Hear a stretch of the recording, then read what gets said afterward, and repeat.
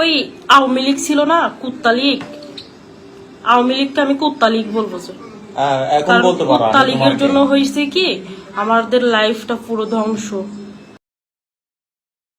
বিশ্ব কাঁপানো খবর। বাংলাদেশে গ্রেফতার হয়েছে 2 জন আন্তর্জাতিক মানের কাপল সেলিব্রিটি। তারা নাকি শুধু বাংলাদেশের নয়, পুরো বিশ্বের 8ম সেলিব্রিটি। হ্যাঁ, ঠিকই শুনেছেন, 8ম, মানে 7 জনের পরই তারা।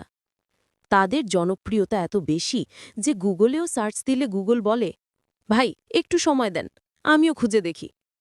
ফেসবুকের অ্যালগোরিদম নাকি তখনই ঘুমিয়ে পড়ে, বলে আমি আর পারছি না ভাই, ভাইরাল সব আমারে মারে।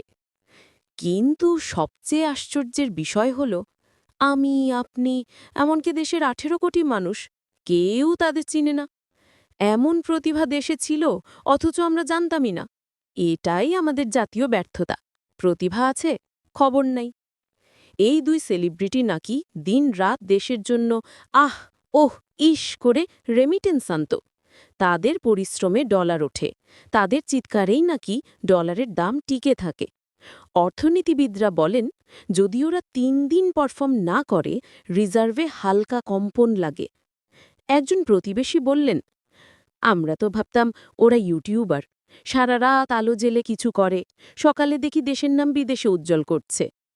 পরে বুঝলাম ইউটিউব না ভাই, ইউটিউবেই ওদের নাম সার্চ দিলে বয়স রেস্ট্রিকশন চলে আসে। কিন্তু দেশের ইউসুফ সরকার সেটা সহ্য করতে পারল না।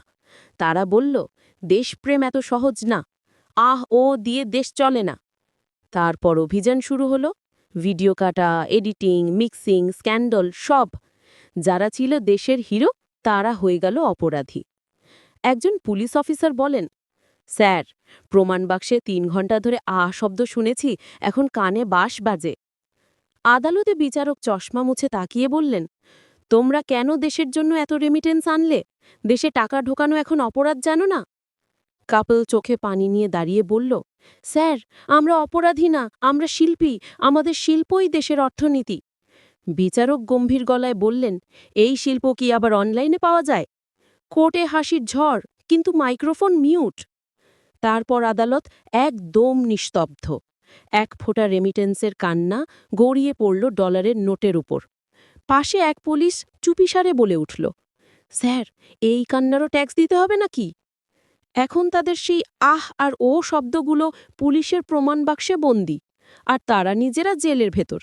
জেলের অন্য কয়েদিরা বলে, ভাই, তোমাদের শব্দে ঘুম আসে না, কিন্তু দেশপ্রেম জাগে।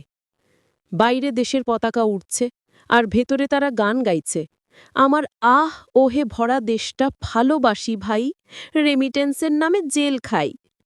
মানুষ এখন বলে, এই দেশে প্রতিভার চেয়ে ট্রেন্ড বড়, আর শিল্পের চেয়ে স্ক্যান্ডাল বেশি ভাইরাল। তাই হয়তো এই 2 রেমিটেন্স হিরো এখন আলো নয়, ছায়ায় বন্দী। তবুও তারা গর্বিত, কারণ তাদের অপরাধ একটাই, তারা দেশের জন্য আহ বলেছিল। সরকার ভেবেছে এটা নাকি রাষ্ট্রবিরোধী শব্দ। রেমিটেন্স হিরো, যখন আহ ওহ মিলে দেশপ্রেমের সাউন্ডট্র্যাক তৈরি হয়।